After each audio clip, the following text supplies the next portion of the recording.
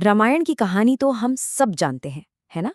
लेकिन क्या कभी सोचा है कि सिर्फ एक घटना ने कैसे सब कुछ बदल दिया? राम का वनवास। ये सिर्फ एक निर्वासन नहीं था। ये तो परीक्षाओं की एक ऐसी श्रृंखला थी जिसने देवताओं और राक्षसों की दुनिया को हमेशा के लिए बदल कर रख दिया। चलिए उस यात्रा को फिर से देखते हैं। तो सवाल यही उठता है कि आखिर कैसे एक राजकुमार का 14 साल का वनवास एक ऐसे महायुद्ध की वजह बन गया जिसने पूरी सृष्टि को हिला दिया। ये कैसे हो सकता है कि एक इंसान के कर्म इतने बड़े टकराव को जन्म दे दें? आज हम इसी गुत्थी को सुलझाएंगे। हम देखेंगे कि कैसे घटनाएं एक एक करके जुड़ती चली गईं, बिल्कुल डोमिनोज की तरह। सब कुछ एक वचन से शुरू होता है जो बदले की आग भड़काता है, फिर एक अपहरण होता है और आखिर में एक ऐसा गठबंधन बनता है जो इतिहास की धारा ही मोड़ देता है। तो कहानी शुरू होती है दंडक वन के घने अंधेरे में, जहां राम, सीता और लक्ष्मण ने अपना वनवास शुरू किया। लेकिन देखिए, ये कोई आम जंगल नहीं था। ये एक ऐसी जगह थी जहां तपस्वी ऋषि और खूंखार राक्षस दोनों रहते थे, और जहां किस्मत का एक बड़ा खेल खेला जाना था। जंगल में कदम रखते ही राम का सामना होता है राक्षस विराट से, और वो फौरन उसका वध कर देते हैं। लेकिन इसके ठीक बाद उनकी मुलाकात होती है महान ऋषियों शरभंग, सुतीक्ष्ण और अगस्त्य से।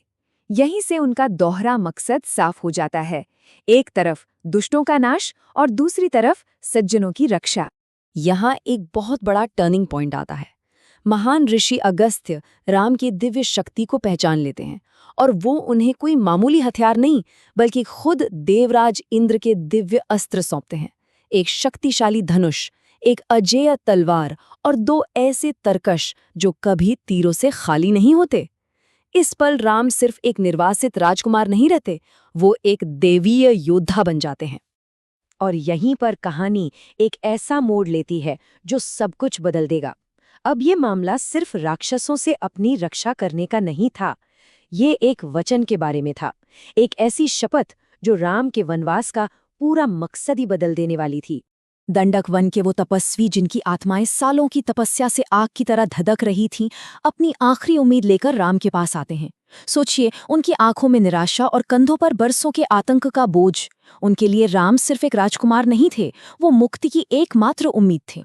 उनकी विनती दिल दहला देने वाली थी, हमें उन राक्षसों से बचाइए जो हमारे यज्ञों को अपवित्र करते हैं और हमारी जान खतरे में डालते हैं।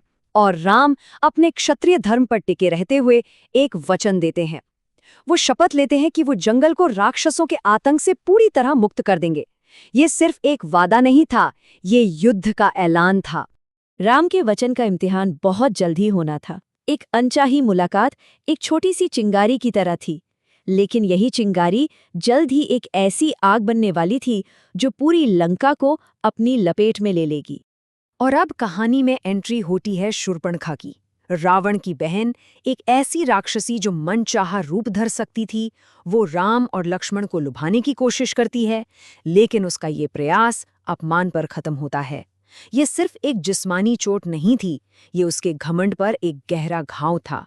और यही व्यक्तिगत अपमान अब बदले की एक भयानक आग बन जाता है।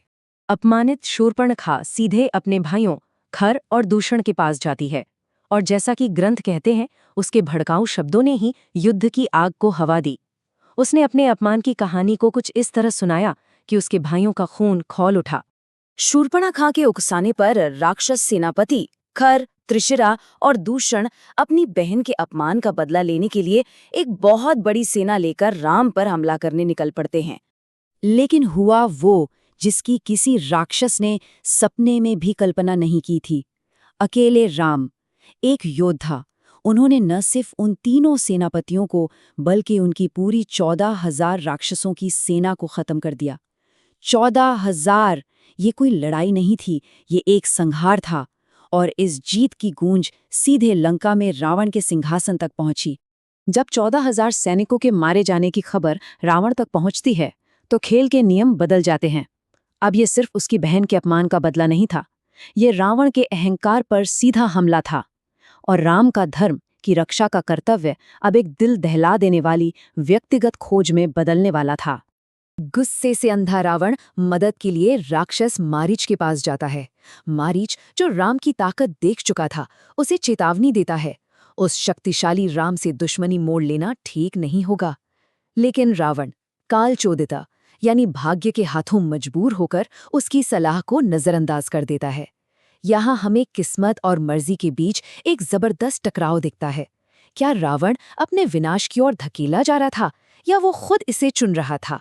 इसके बाद जो होता है वो रामायण की सबसे दुखद घटनाओं में से एक है। मारीच एक मायावी सोने का हिरण बनकर राम और लक्ष्मण को कुटिया से दूर ले जाता है और इसी धोखे की आड़ में रावण सीता का अपहरण कर लेता है। बहादुर गिद्ध जटायु उन्हें बचाने की कोशिश करते हैं, लेकिन रावण बेरहमी से उनके पंख काट देता है और उन्हें मरने के लिए छोड़ देता है। एक पल में सब कुछ बदल जाता है। जब राम लौटते हैं और खाली कुटिया देखते हैं तो उनका दुख शब्दों से परे होता है।